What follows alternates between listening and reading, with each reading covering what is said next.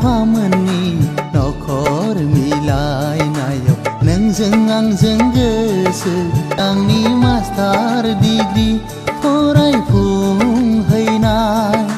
नोंनि आरो नखरनि गासैनिबो